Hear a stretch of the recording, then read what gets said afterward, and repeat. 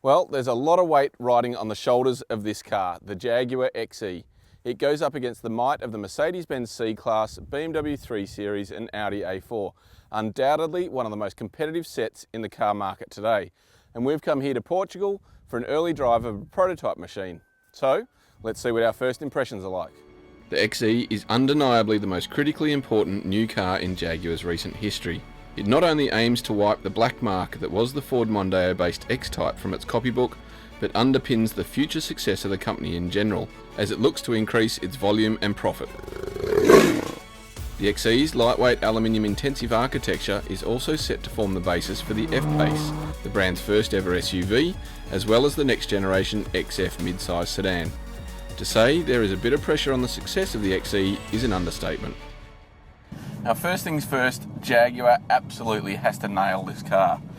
Those three Germans are an ultra competitive set of cars that take up the bulk of the compact luxury car segment. Now, Jaguar has had a crack at the small luxury car segment before with the X-Type, which was essentially just a reskinned Ford Mondeo with a retro Jaguar body on it, and it didn't really live up to the expectations of the class. Now though, Jaguar is making some bold claims about this car, the XE, including class-leading levels of refinement, sporting character and handling. Now, the cars we're driving here are very early prototypes in the production process.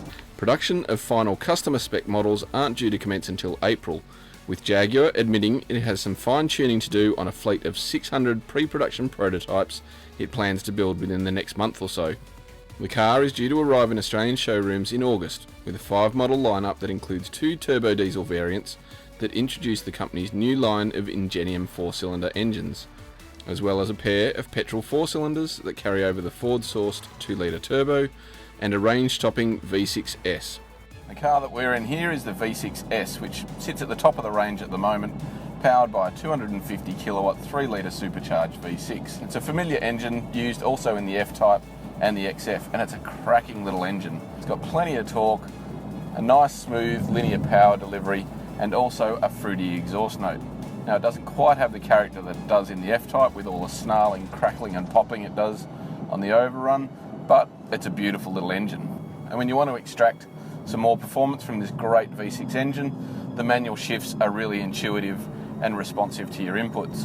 And the chassis is absolutely brilliant. Jaguar has nailed that sporting brief to a T. The ride in this car with the adaptive dampers is reasonably comfortable. It's got an element of sharpness to it that makes it sit really, really flat through the bends and really predictable when you get tucked into it, but also quite comfortable over the bumps. Inside the cabin, the XE has a simple yet stylish layout that borrows some signature cues from the larger XF and XJ sedans, albeit without the level of theatre we've come to expect from recent new additions like the F-Type. It also introduces a new look interface and additional connectivity features for Jaguar's familiar touchscreen multimedia system. The pre-production cars highlight there is still some polishing work to be done on the quality and finish of the materials, but it is generally a classy and comfortable environment, at least for front seat passengers, as space in the rear is a little more restricted than it is in its rivals. But there's still a few months of tweaking and tuning to go before we get to drive the final thing. So I'd have to say it's a lot more convincing than the X-Type ever was, and will genuinely challenge the Germans for sporting character. As for how it looks on the outside, well, there's no mistaking it for anything other than a Jaguar. Its feline face is linked to a swooping four-door body that looks well proportioned from any angle, even if it's a bit more generic from behind. Now, the elephant in the room is obviously price. Can it match or beat the Germans at its own game? Now, that's going to be a question that we'll answer in a couple of months, and looks likely that it's going to be a hard task. But Jaguar Australia knows it has to price this car competitively to even be considered an alternative to the C-Class 3 Series and A4. So, likely it's going to be well spec'd and well priced when it does arrive in about August this year.